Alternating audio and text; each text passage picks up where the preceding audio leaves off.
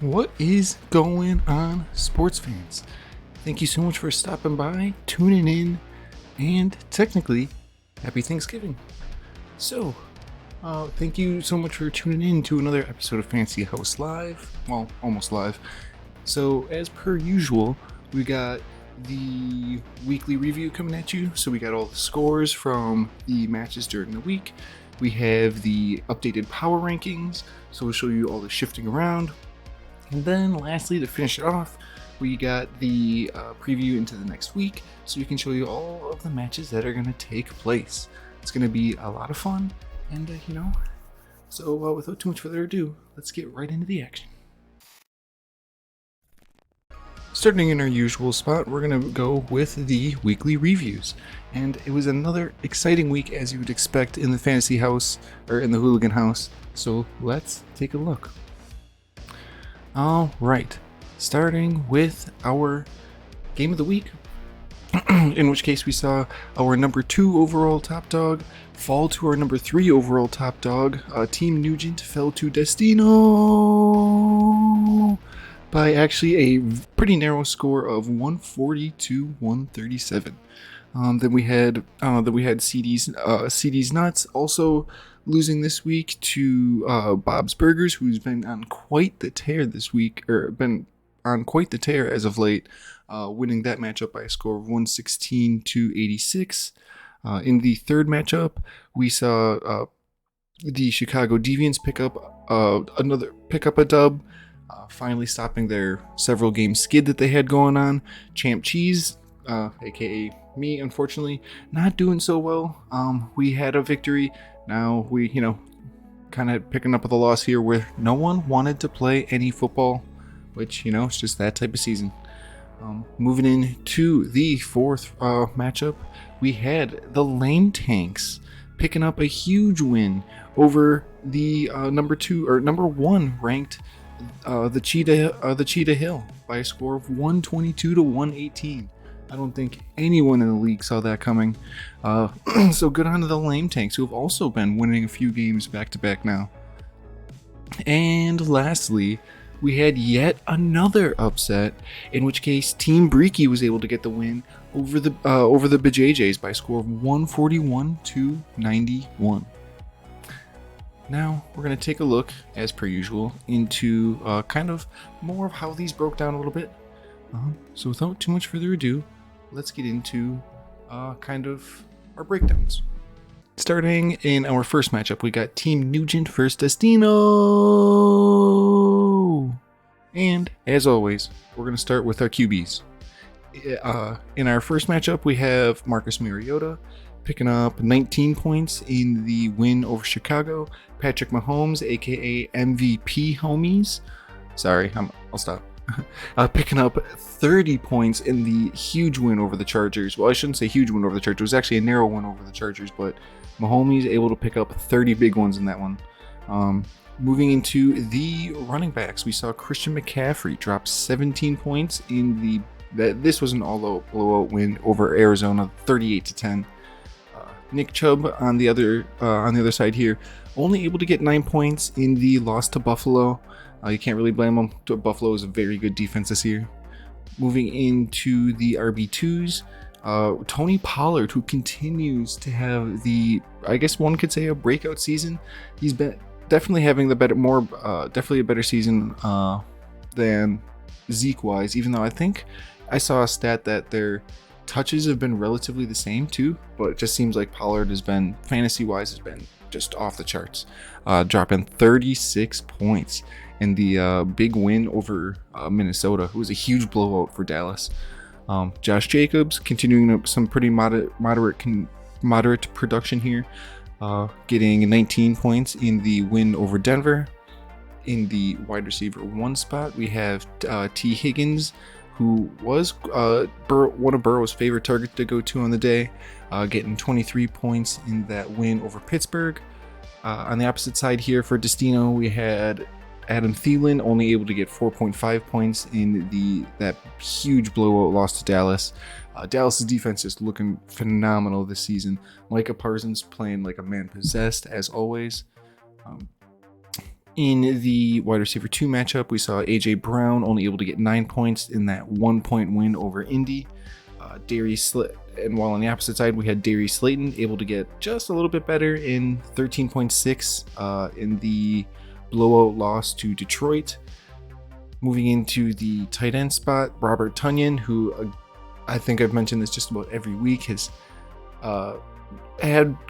continues to have a down year, but I think that's a lot of just, part of Green Bay's offenses.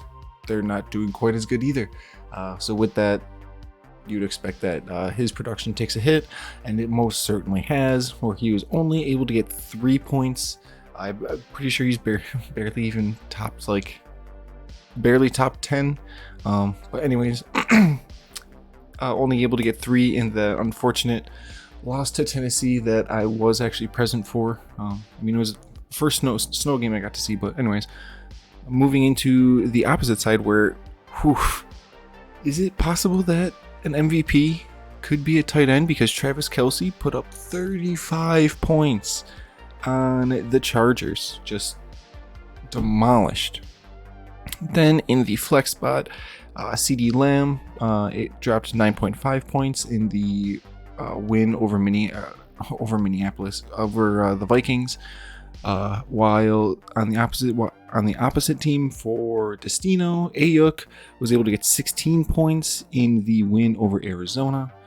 Then moving into the defenses, the Cowboys, once again, one of the best I guess one could say they were arguably one of the best defenses in the league, causing a lot of turnovers, getting a lot of sacks. Like I said, able to get 16 points in this victory over Minnesota. Chargers, on the other hand, did not do so well.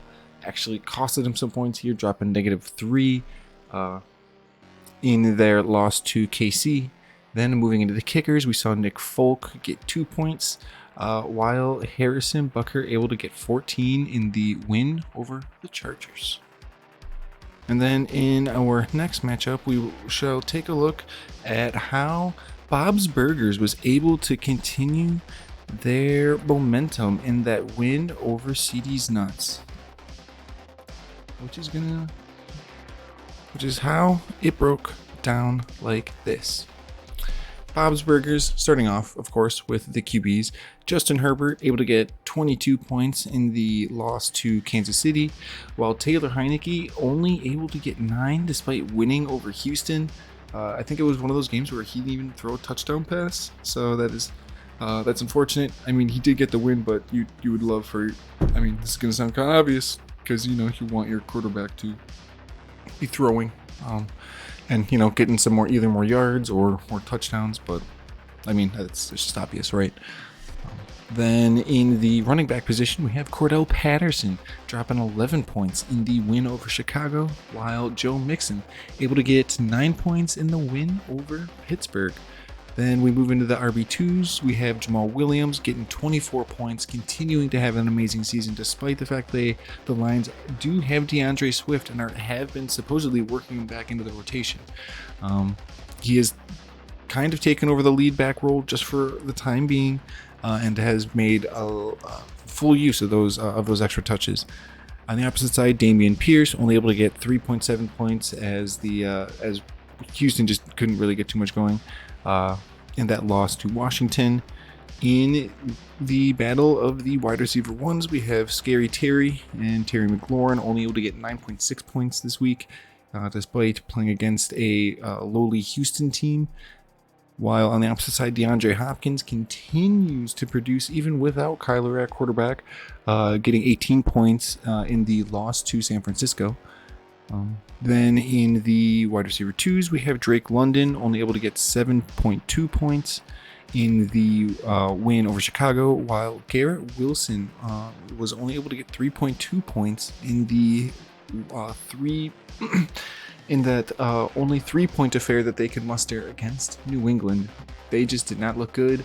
And as you guys have probably all seen, perhaps on Twitter or just on social media, that they're actually benching Zach Wilson. So, that definitely going to be an interesting way for the Jets, because they don't have Flacco, and they got, I forget what the backup they're going with is, so forgive me on that one. In the tight end spot, we have TJ Hawkinson able to get kind of come back to earth a little bit this week, able to get 8.4 points in the loss to Dallas, while Kyle Pitts only able to get 7 points, and if I remember correctly, he also ended up on IR recently as well. In the flex spot, Chris Olave, the presumed #1 wide receiver there now in New Orleans, continuing to have an amazing season, dropping 21 points in the 7-point win over the Rams, while Ramondre Stevenson also continuing to have a very, very impressive season for the Patriots, able to get 14 points in the win over the Jets. Moving into the defenses, we had the Saints only able to get 4 points, while they did pick up the win over the Rams, while on the opposite side, we have the Eagles able to get 9 points in the 1-point win over the Jeff Saturday-led Indianapolis Colts. Then finally, in the battle of the kickers, we saw Justin Tucker, who is obviously a legend, future Hall of Famer, dropping 7 points in that win over Carolina, while Younghoe Koo getting 12 points in the big win over Chicago. So our third matchup saw the Deviants picking up a big win over Champ Cheese, a much needed win, as the Deviants were on a several game losing streak coming into the matchup.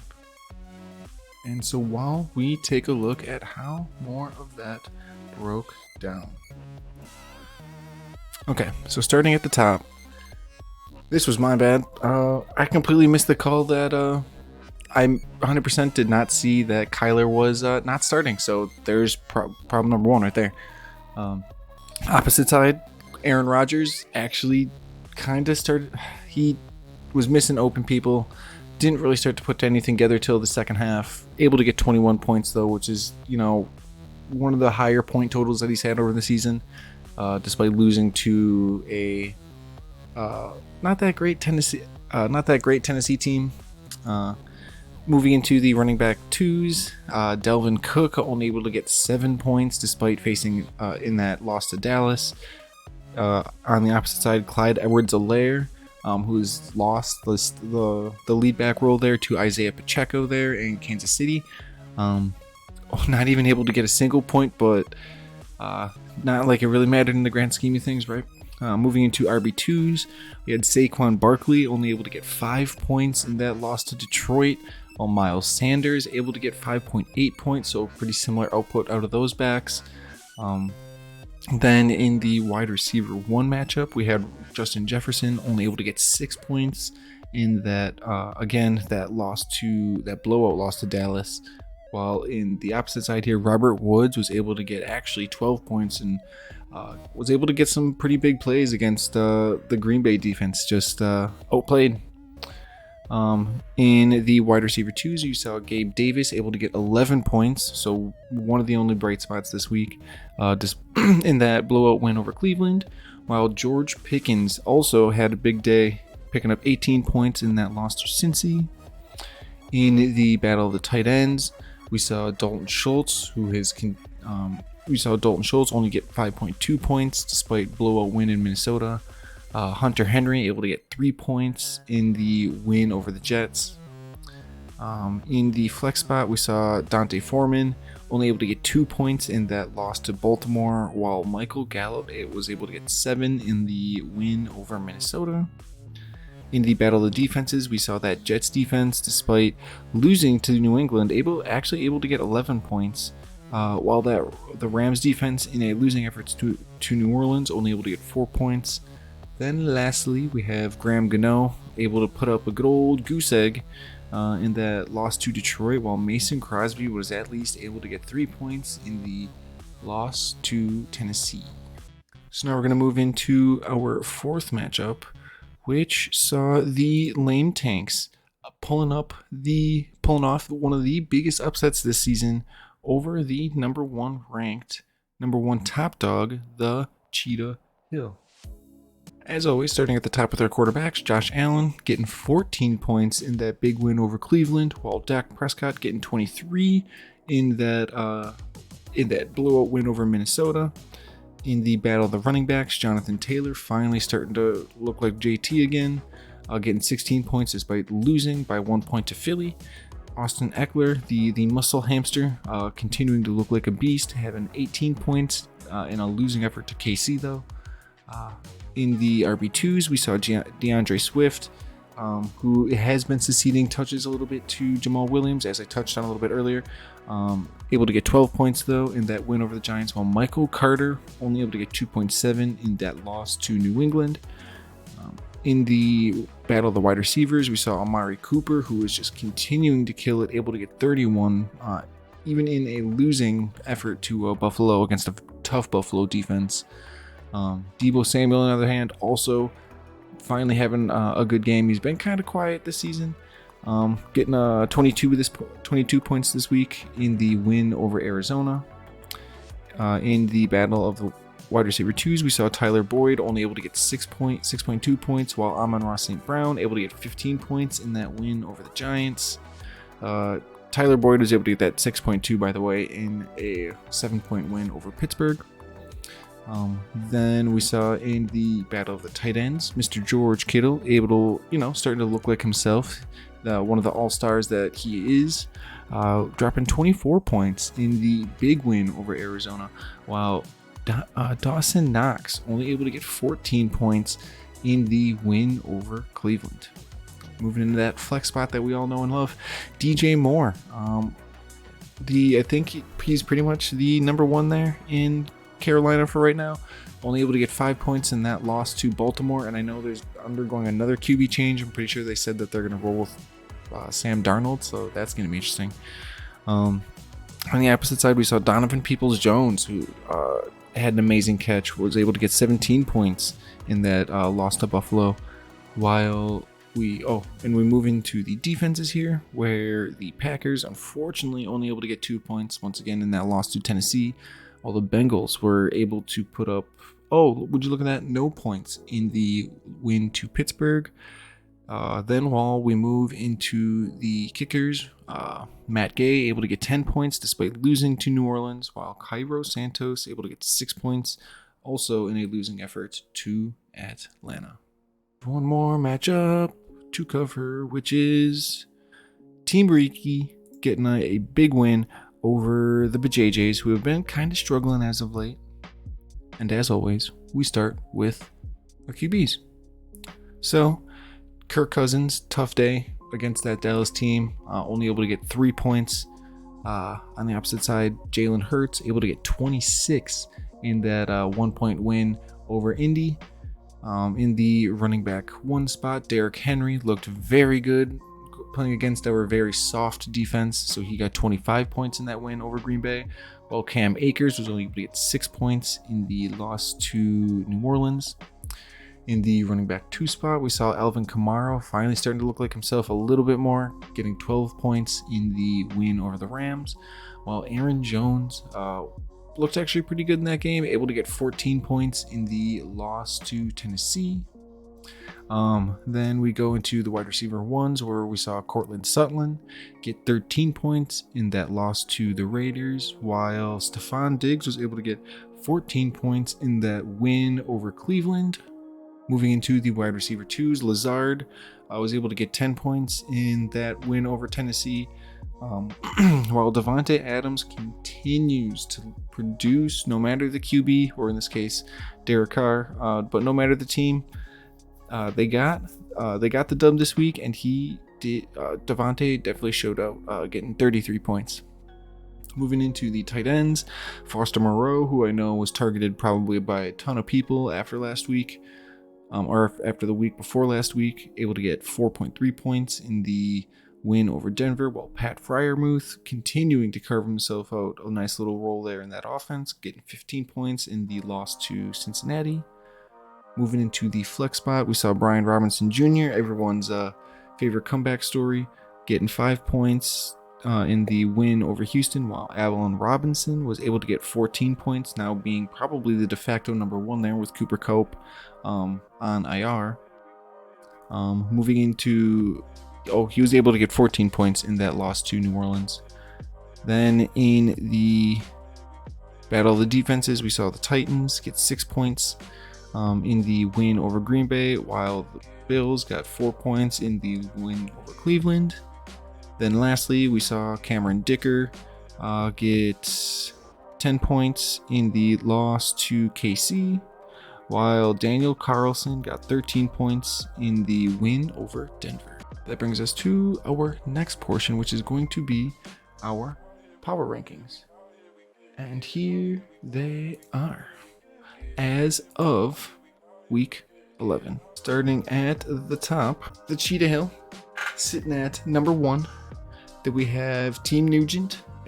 So there was actually no changes amongst the top dogs here. We have the Cheetah Hill still sitting at number 1 with a record of 8-3. Then in second place we have Team Nugent with a record of 7-4. Then in third we have Destinoooooo with also a record of 7-4. Then in fourth place, rising up into fourth place, is Bob's Burgers with a record of 6-5. Rising up into fifth place is the Chicago Deviants, also with a record of 6-5. Dropping down to sixth place is CeeDeez Nuts with a record of 5-6. Falling down to seventh is Champ Cheese, also with a record of 5-6. The Bajayjays stay in 8th spot with a record of 4-6. And our dumpster fires, both Lame Tanks and Breeki, Lame Tanks being in 9th place with a record of 4-7. And Team Breeki still rounding out the team here with a record of 3-8. This brings us to our last little section, which is going to be the preview into the upcoming week. And these are what the matchups are kind of looking like for the week. So in our game of the week, we have number 1 overall top dog in the Cheetah Hill with a record of 8-3, taking on Champ Cheese, the 7th ranked overall team with a record of 5-6. In our matchup number 2, we have our 3rd overall top dog in Destinooooooo, currently with a record of 7-4, taking on the Chicago Deviants, who are in 5th place with a record of 6-5. In our 3rd matchup of the week, we have Bajayjays, who are in the 8th spot with a record of 4-7, taking on CeeDeez Nuts, who sit rightly in that 6th spot at 5-6. In our 4th matchup, we have one of our dumpster fires in Lame Tanks, sitting at a record of 4-9, taking on the 4th ranked Bob's Burgers, who is surging at a record of 6-5. And then lastly, but not least, we have our number 2 overall top dog, Team Nugent, with a record of 7-4, taking on our dead last team in Team Breeki with a record of 3-8. And starting with our first matchup, which is going to be the Cheetah Hill versus Champ Cheese. We have Derek Carr and the Raiders taking on Seattle versus Kyler Murray and the Cardinals taking on the Chargers. There's no injury designation right now on Kyler. But Seattle's actually been pretty good this season. Chargers, not so much. But then again, this one could be close, but I think I'm going to say Kyler's actually going to produce more. I'm fully prepared to eat my words in that one. In the running back ones, we have Muscle Hamster Austin Eckler and the Chargers taking on Arizona versus Delvin Cook and Minnesota going against New England. I think I'm going to have to go with Austin Eckler in this one. I think New England has a little bit stiffer of a defense. They just did beat the Jets. I know that's weird saying that they just beat the Jets, like that's supposed to be saying something, but the Jets are actually something this year. So I think actually Austin Eckler might actually put up the bigger number this year, or bigger numbers this week against that Arizona defense, which is just not quite that great. In the running backs number 2, we have Travis Etienne and Jacksonville taking on Baltimore versus Saquon and Dallas. Saquon and the Giants versus Dallas. Oof. I mean, you would love to go with Saquon against Dallas, who has just been shutting everyone down. You're going to have to roll Travis Etienne on here. Since he is returning from the injury, has been looking phenomenal and has been looking to be one of the focal points of that offense there in Jacksonville. Moving into the wide receiver 1 matchup, we have Tyreek Hill in Miami going against Houston versus Justin Jefferson in Minnesota going against New England. Oh, without a doubt, gotta go Tyreek. Just pure, even looking Tyreek being one of the best receivers in the league. think he's even leading the one of the top receivers in receiving yards, but that matchup is just too juicy. Then in the wide receiver 2 matchups, we have Amon-Ra St. Brown in Detroit taking on Buffalo versus Gabe Davis and Buffalo. Oh, so these guys will be facing each other. I would have to go Gabe Davis on here, but there's also that speculation that he could be completely invisible because there have been times where targeted too much.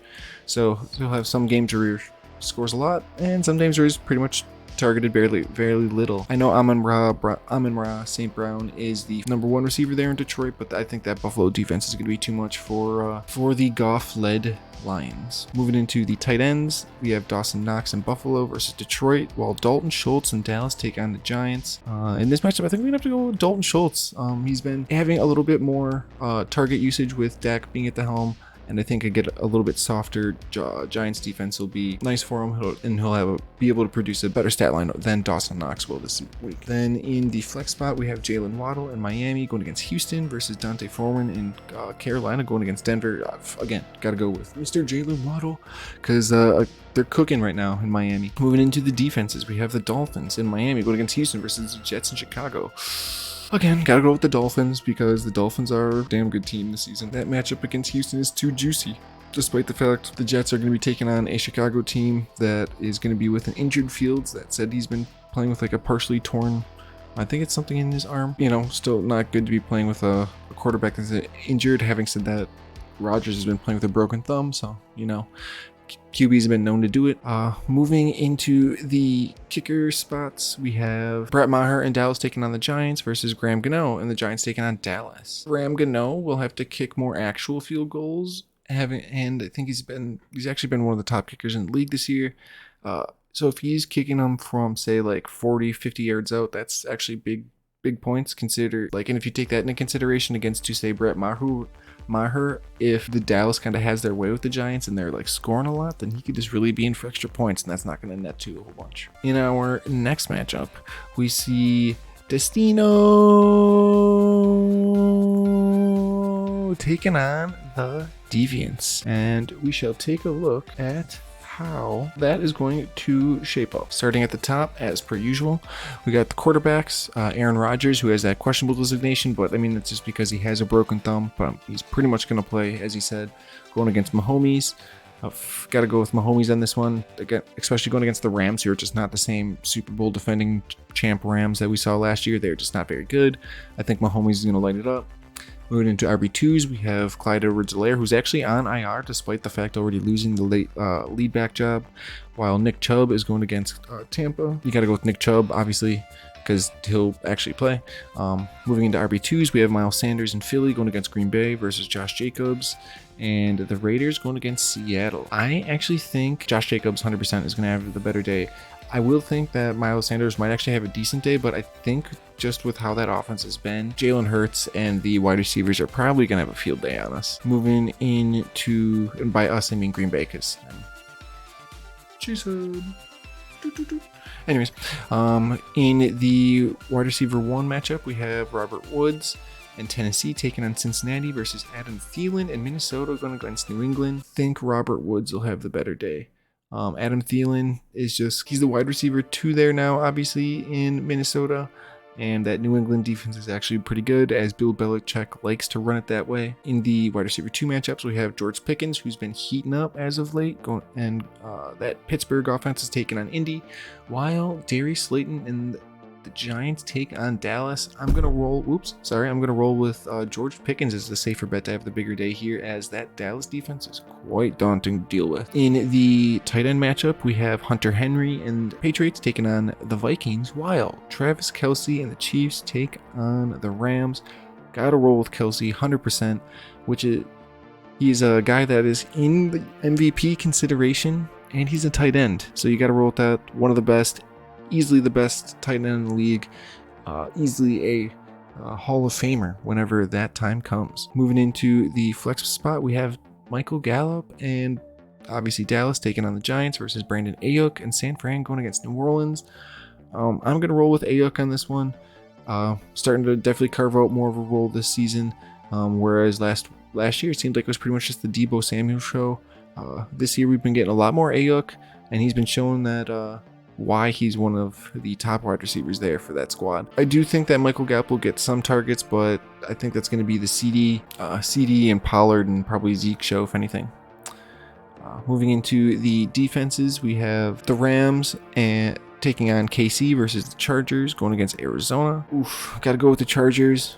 Do not like the Rams' chances going against KC just because of how they've been playing recently. Moving into the kicker matchup, we have Mason Crosby and Green Bay taking on Philadelphia versus Harrison Butker and KC taking on the Rams. I think Butker is going to have the bigger day, especially if Philly's defense is able to just pretty much smother the offense for Green Bay. Then yeah, Crosby's probably not going to see that much time. So I think Butker is going to be a pretty safe bet to have the better week. Moving into our next matchup, which is the CeeDeez Nuts taking on the Bajayjays. I have this one all lined up. How this one is lining up at the moment. So we got Tua, Miami taking on Houston versus Kirk, and Minnesota taking on New England. I expect Tua to go off this game. Houston is just a very bad defense. Yeah, not much really more you need to add to it. Moving into RB1s, we have Joe Mixon and Cincy taking on Tennessee versus Derrick Henry and Tennessee taking on Cincy. So these will be two backs taking each other on. And you know what? I think I'm going to roll Derrick Henry on this one, as King Henry has finally started to awaken. He looked pretty good last week against the Packers. I expect him to look pretty good against Cincinnati, because Cincinnati is not looked quite like Cincinnati that went to the Super Bowl.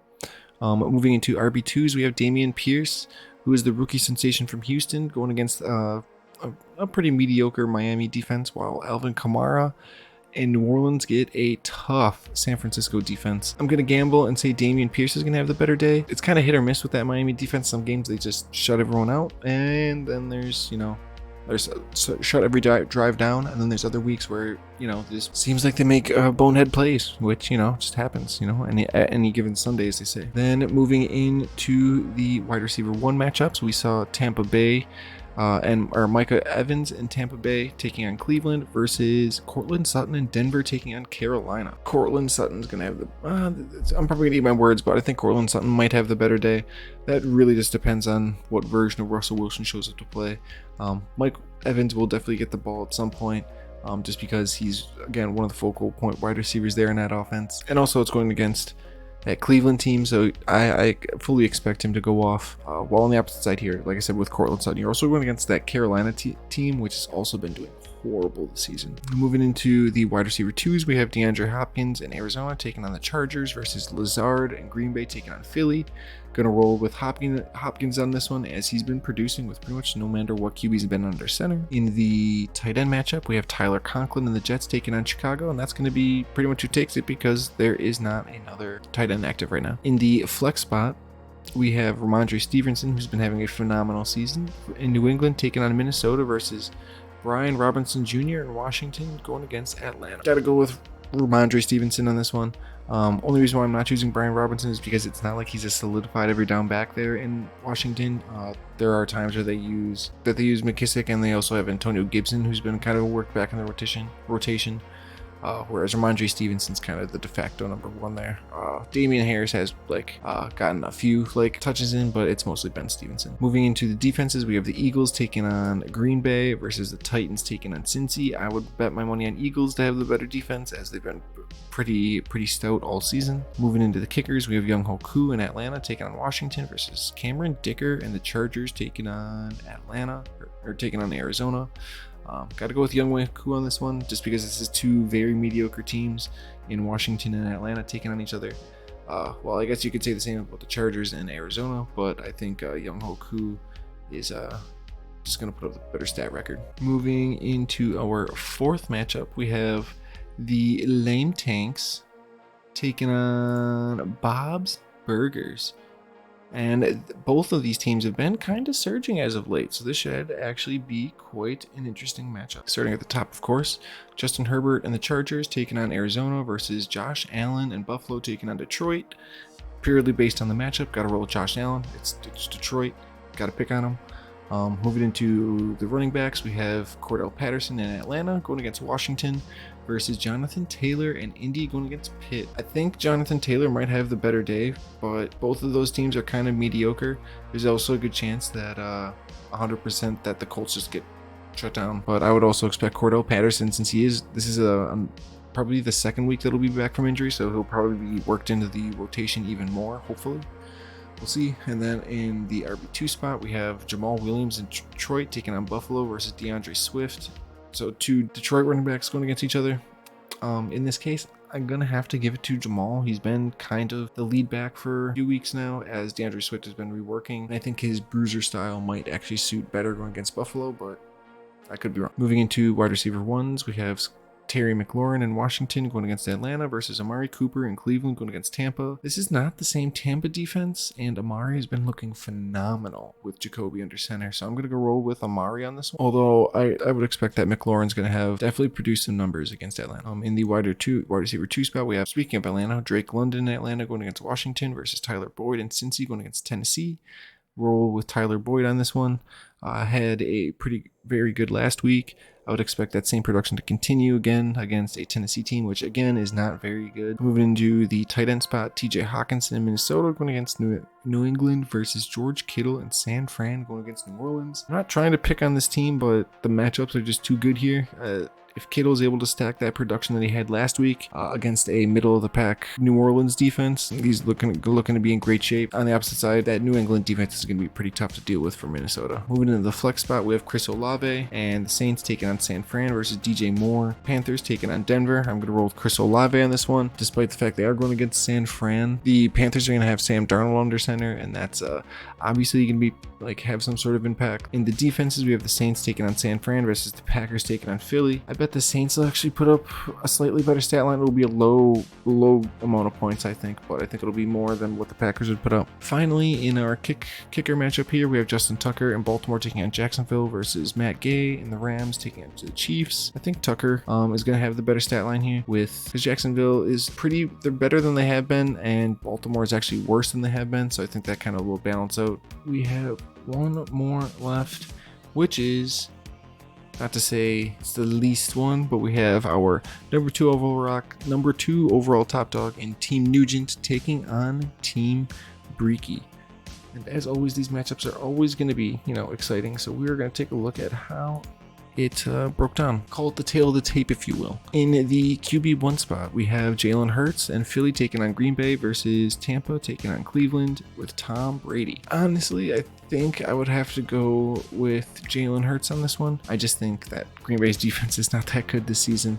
I think that trend's going to continue, and I think we're going to get exposed as an Eagles team that's got both A.J. Brown and Devontae Smith, so killing it. In the running back 2 spot, you got Cam Akers and the Rams taking on KC versus CMC and the Niners taking on New Orleans. Got to roll with CMC on this one. The Niners are looking to really build something out there, and the Saints are not that great of a team. Moving into RB2, we have Aaron Jones and Green Bay taking on Philly versus Tony Pollard and Dallas taking on the Giants. Got to roll with Pollard on this one, as Pollard has been just absolutely performing like a stud in his usage. In the wide receiver ones, we have Stephon Diggs and Buffalo taking on Detroit versus CeeDee Lamb and Dallas taking on the Giants. I think Stephon Diggs is going to put up the bigger numbers. Josh Allen's going to make some big plays on that Lions defense. Moving into wide receiver 2s, we have Devontae Adams and the Las Vegas Raiders taking on Seattle versus A.J. Brown and Philly taking on Green Bay. Probably have to roll with Tay, as he's just been killing it. He had an amazing game last week. I think he had an amazing game before that even. So expect the streak to continue. While A.J. Brown, I feel like it's either going to be A.J. Brown or Devontae Smith that just goes off. In the tight end spot, we got Pat Freiermuth in Pittsburgh taking on Indy versus Mark Andrews in Baltimore taking on Jacksonville, with Mark Andrews on this one, as he is just a main focal point of that Baltimore offense. Going against a middle-of-the-pack Jacksonville defense, I think it just benefits him. Moving into the flex spot, we have Allen Robinson, Rams taking on KC versus T. Higgins and Cincy taking on Tennessee. Got to roll T. Higgins on this one, as just Tennessee is not that great of a defense. Defenses, we have the Buffalo Bills taking on Detroit versus Cowboys taking on the Giants. I'm going to roll with the Bills defense on this one. I think the Giants have a chance to upset, while Detroit's just not that great, going against a Super Bowl contending team. Then lastly, We have two kickers. We have Daniel Carlson and the Raiders taking on Seattle versus Nick Folk and the Patriots taking on Minnesota. I would guess that Daniel Carlson is going to kick more field goals. I think there might be some more chances for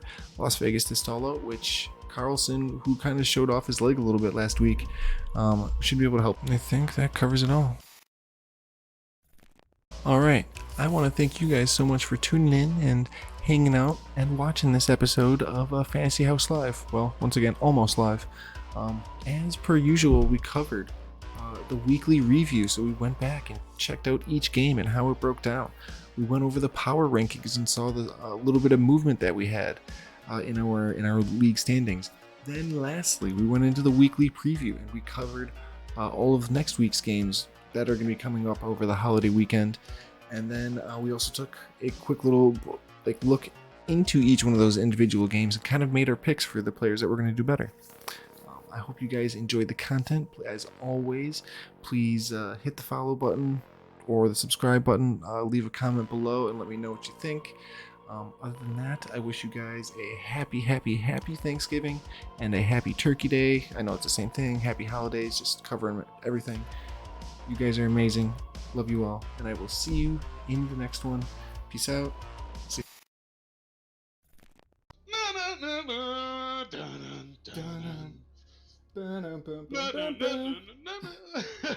you.